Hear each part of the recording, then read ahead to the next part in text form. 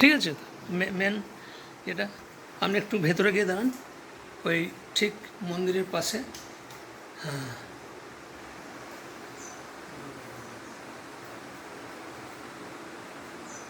আচ্ছা, এই এই যে দেবতার মন্দির, এ কত বছরের প্রাচীনতম এর ঐতিহ্য? এরা সম্রাট আকবরের আমল থেকে আমরা পাচ্ছি। আচ্ছা। মানসিংহ যখন থেকে ছিলেন হ্যাঁ সেনাপতি হিসেবে, হ্যাঁ তারপর থেকে এই ক্রমশ এটা আমাদের অধিকারে আসে। আচ্ছা। এই ঠাকুর আমাদের অধিকারে আসে। হ্যাঁ, এটাই ছিল বাংলাদেশের ঠাকুর, অবিভক্ত বাংলার। অবিভক্ত বাংলা। যশোরের যে 12 ভূঁইয়ার মধ্যে হ্যাঁ। রাজা প্রতাপাদিত্য রায় এবং রাজা বসন্ত রায়, থাক থাক। এই রাজা বসন্ত রায়ের হ্যাঁ। ঠাকুর এটি। আচ্ছা। মানসিংহ ঘোষণা করেছিলেন যে এই মন্দির ধ্বংস করা হবে এবং বিগ্রহ নষ্ট করে দেওয়া নষ্ট হবে। করে দেওয়া হবে। আচ্ছা। সেই মানসিংহ যদিও হিন্দু রাজপুত, তা সত্ত্বেও আনুগত্য স্বীকার করেছিলেন উনি আকবরের। আকবরের। আচ্ছা। এবং নিজের ভগ্নীকে বিবাহ দিয়েছিলেন।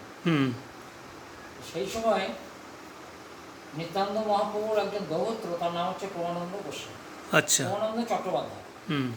প্রমানন্দ চট্টোপাধ্যায় উনি ওই অবিভক্ত বাংলায় উনি ঈশ্বরের খোঁজে হাকিজ করে ঘুরে বেড়াচ্ছিলেন বিভিন্ন তীর্থে। ঘটনচক্রের ওখানে পৌঁছিলেন। উনি নাম মন্দিরে সারা রাত কাটাচ্ছেন। বেশ। এবং রাজা কিন্তু বাড়িতে ঢুকতে দেয় না, ওই ভিখারি ব্রাহ্মণকে বাড়িতে ঢুকতে দেয় না। কিন্তু দারোয়ানদের বলেছে যে ওই যে সন্ন্যাসীর মতো একজন বৈষ্ণবকে দেখলাম, ওকে যেন তাড়িয়ে না দেওয়া হয়, রাত্রে ওখানে কাটাবে। আচ্ছা। কিন্তু প্রমানন্দ সেখানে হরিনাম সারা রাত করতে করতে কৃষ্ণ সিংহাসন থেকে নেমে এলেন, বসন্ত রায়ের সিংহাসন থেকে, রত্নখচিত সিংহাসন থেকে নেমে এলেন। নেমে এসে কৃষ্ণ যেন বলছিল আমাকে এখান থেকে নিয়ে এসো, কারণ আমি মুসলমানের হাতে নিগৃহীত হব। তো সেটা উনি দেখলেন। আর ঠিক সেই সময় এই ঠাকুর কে আমাদের এখন বর্তমান হিন্দু রাষ্ট্র মনে করা হচ্ছে, হিন্দু রাষ্ট্র পূর্ণ নয়, সেখানে মুসলমান হয়েছে, সেটা হচ্ছে রাজস্থান। এই ঠাকুর রাজস্থানে কোনো রকম বসন্ত রায় একটা লুকিয়ে রেখেছিল। প্রমানন্দ গোস্বামী সেখানে গিয়ে এই ঠাকুরকে উনি উদ্ধার করে, হয় স্থলপথে না হয় জলপথে, যেভাবেই হোক রাজস্থান থেকে উনি নিয়ে এসে কাটোয়ার নিকটবর্তী উদ্ধারপুরে এসে উনি প্রথম মন্দির প্রতিষ্ঠা করেন। এবং উদ্ধারপুরের সন্নিকটে একটি গ্রামে ওনার শ্বশুর হল। তারপরে এই রাধামাধব সেবাটা উনি পরিচালনা করেন। আচ্ছা। এই বিগ্রহ বর্তমানে এখন কাটোয়ায় আছে। আচ্ছা। কাটোয়ায় কোন জায়গায়? হ্যাঁ, কাটোয়ায় কোন জায়গায়? কাটোয়া গৌরাঙ্গবাড়ির পাশেই সেবাইতে বাড়ি আছে। আচ্ছা। এই যে প্রমানন্দ চট্টোপাধ্যায় মহাশয় বললাম, তিনি নিত্যানন্দ মহাশয় প্রভুর কন্যা গঙ্গামাতা, তার পুত্র প্রমানন্দ চট্টোপাধ্যায় ছিলেন। কিন্তু ওর এই মহাভাব দেখে প্রভু নিত্যানন্দ বা তার বংশধররা, চন্দ্র প্রভু নিত্যানন্দের পুত্র, বললেন যে তোমাকে গোস্বামী উপাধি প্রাপ্ত হলাম। আচ্ছা। গোস্বামী বৈষ্ণব শ্রেষ্ঠ গোস্বামী উপাধি প্রাপ্ত হয়। তারপর থেকে আমরা চট্টোপাধ্যায় কাশ্যপ গোত্র থাকলেও কিন্তু আমাদের টাইটেল হয়ে গেল গোস্বামী। আচ্ছা। আমরা মূলত কিন্তু চট্টোপাধ্যায়, আমরা রাজি চট্টোপাধ্যায় ব্রাহ্মণ, কিন্তু নিত্যানন্দ মহাপ্রভু কৃপায় হয়ে গেলাম গোস্বামী।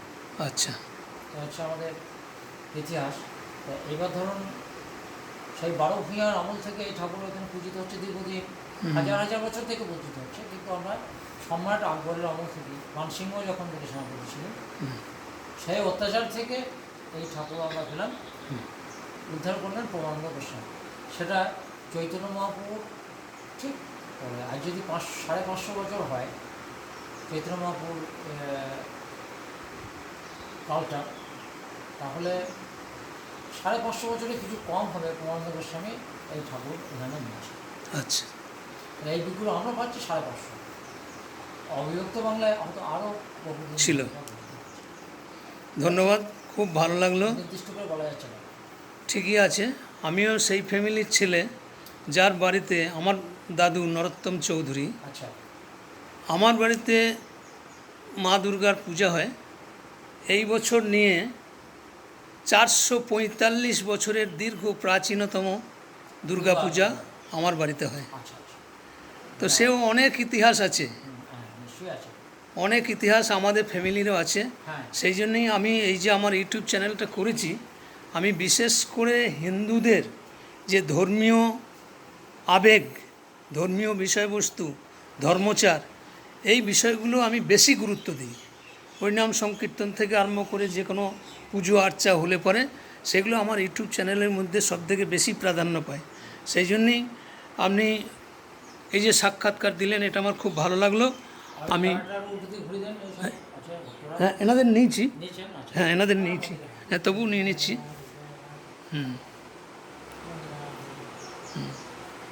এই যে একটা প্রতিকৃতি আমরা 12 মাস এখানে রেখে দিয়েছি।